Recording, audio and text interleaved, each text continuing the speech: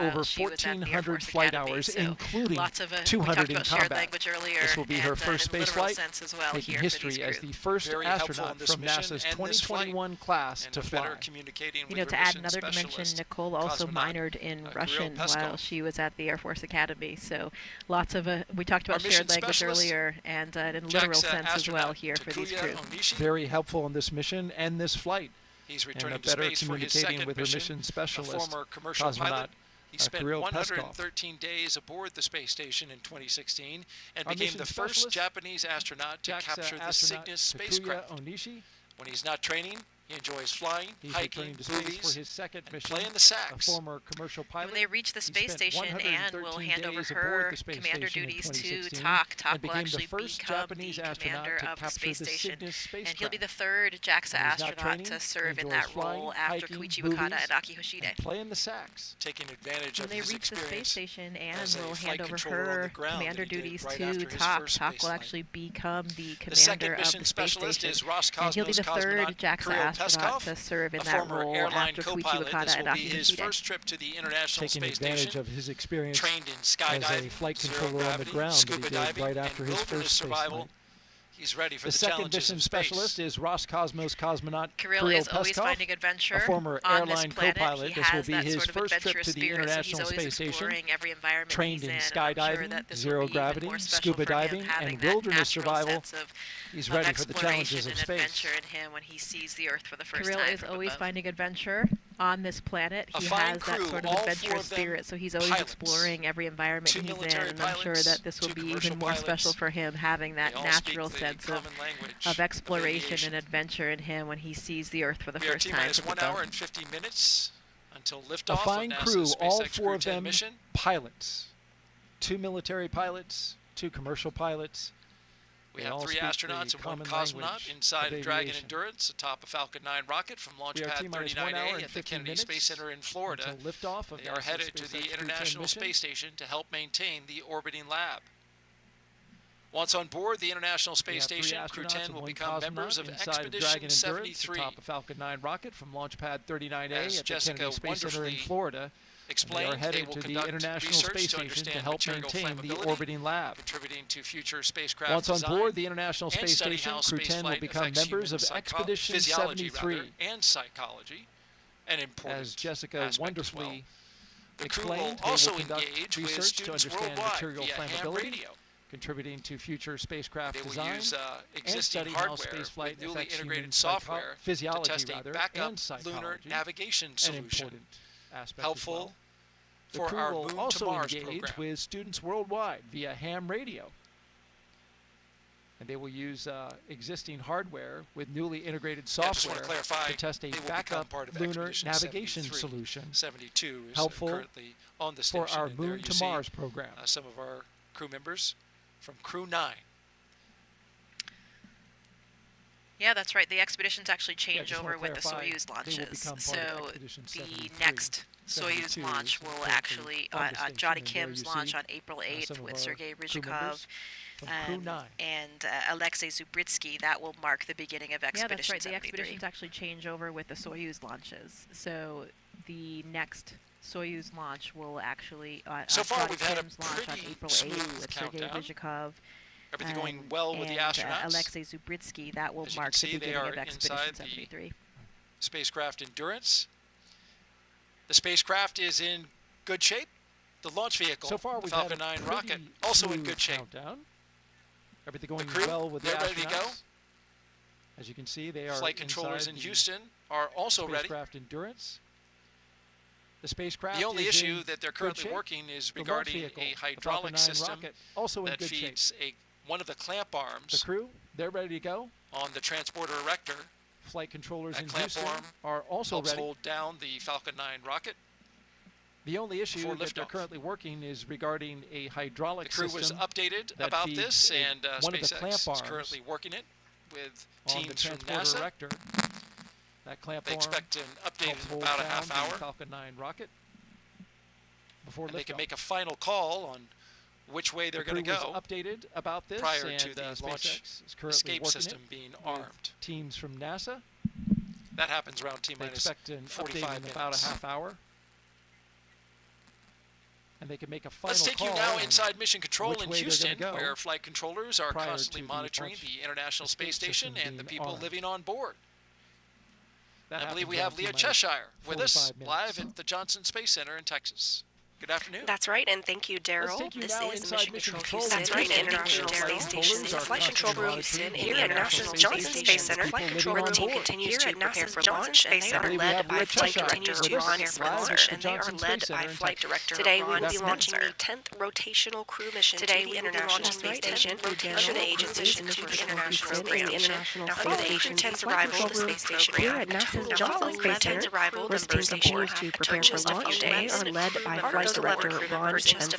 Crew 9 cadre. Those 11 today we were seeing NASA astronaut Nick Hague, Butch Wilmore, and Suni Williams alongside Roscosmos Aleksandr Gorbunov. Alongside Roscosmos during the next few days, Crew 10 will go over during the next few days, Crew members aboard for just a few days. Part of those 11 crew members include the Crew 9 cadre, including NASA astronauts Nick Hague, Butch Wilmore, and Suni Williams, alongside Roscosmos cosmonaut Aleksandr Gorbunov. Now, during the next few days, Crew 10 will go over handover procedures with the outgoing Crew 9. That includes a safety briefing and an orientation, and then the new crew will jump right in to help advance scientific knowledge and demonstrate new technology. 24 years and counting. You can believe that we're now at Crew 9's return, and NASA astronaut Crew 9 will already turned on command of the space station. Two Roscosmos cosmonaut left the station, allow for continuity just a few weeks, and help to ensure a continuous U.S. presence on the International Space Station, which, if you can believe it, we're now at 24 years and counting. Sergei Crew 9's return, Suni Williams already turned over command of the space station to Roscosmos cosmonaut Aleksandr Gorbunov. In just a few weeks, NASA astronaut Johnny Hague and commencement of Expedition 73, and that'll led by the new commander, JAXA astronaut Takuya Onishi, who is launching to JAXA astronaut Takuya. We are now at an hour and 45 minutes until liftoff. We are now at an hour and 45 minutes until Kennedy, Daryl, and Jessica. Astronaut Don Pettit will be coming home, and that'll mark the commencement of Expedition 73, led by the new commander, JAXA astronaut Takuya Onishi, who is launching today. We are now at an hour and 45 minutes until liftoff, so I'm going to send it back to you at Kennedy, Daryl and Jessica.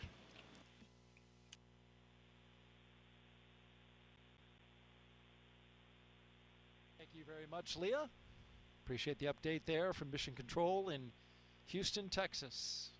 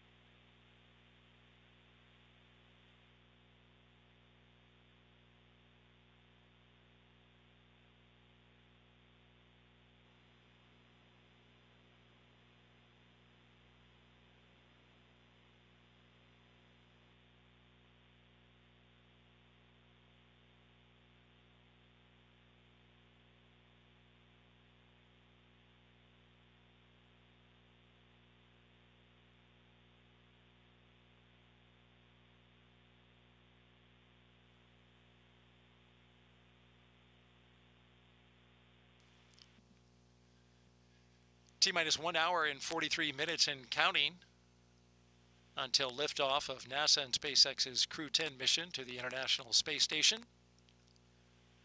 You're looking at the members of Crew 10 on your screen from left to right. T-minus 1 hour and 43 minutes and counting until liftoff of NASA and SpaceX's pilot Nichole Ayers to the International Space Station. To her right, Commander Anne McClain of Crew 10 on your screen. Just a bit out of screen. From left to right. And all the way on the right side, Kirill Peskov. The right side of Commander Anne McClain, pilot Takuya Onishi, a JAXA astronaut, Commander Anne McClain, for the second time. Just a bit out of screen. And all the way on the right side of Commander Anne McClain is Takuya Onishi, a JAXA astronaut returning to space for the second time. As Crew 10 prepares to launch, they are allowed to have a few personal items with them for their roughly 4-month stay in space. A few of the things they're taking up. We asked Anne McClain. She said that her and her crew were able to pack some personal gear to meet them on the ISS. It's going to go up on SpaceX 32 in April. She packed some sports team shirts, schools she attended, along with some holiday gifts for the crew. Her and her crew were able to pack some personal gear to meet them on the ISS. It's going to go up on people who worked on this flight to support either her personally or the mission as a whole. Schools she attended. And of course, she's going to bring those items back and return them to their owners after flight. And she was able to pack they include things like pins, multiple people necklaces, who worked on this flight rings. To support either her Takuya, personally or the mission as a whole. He's taking a lot of pictures of his family, friends, and of colleagues. Course, he's going to bring those items back and return also them to their owners. School banners, which is pretty common with the astronaut corps, pins, to take up various school Takuya and university paraphernalia. I think of their Brown University colleagues sweatshirt up with him. Also some school banners, which is pretty common with the astronaut corps, to take up various school and university paraphernalia. I think I remember your Brown University sweatshirt. Departed the crew arm.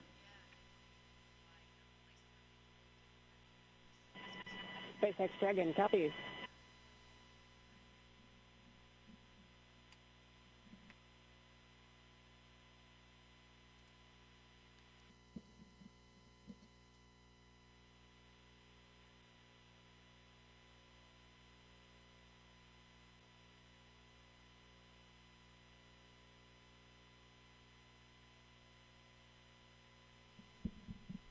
There you see the closeout crew of Jessica making their way off the launch tower, something you remember well from Crew 2.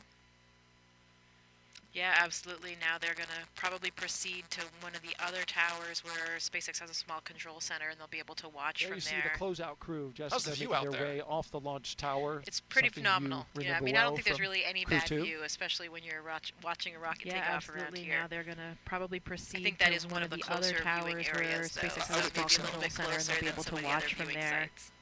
How's the view out there? It's pretty phenomenal. Yeah, I mean, I don't think there's really any bad view, especially when you're watching a rocket take off around here. I think that is one of the closer viewing areas, though. So maybe a little bit closer than some of the other viewing sites. One member of the astronaut corps. In this case, it's Chris Birch. The closeout crew. A NASA astronaut who is helping out. Of course, is mostly SpaceX members, but it does include one member of the astronaut corps. In this case, it's Chris Birch, a NASA astronaut who is helping out.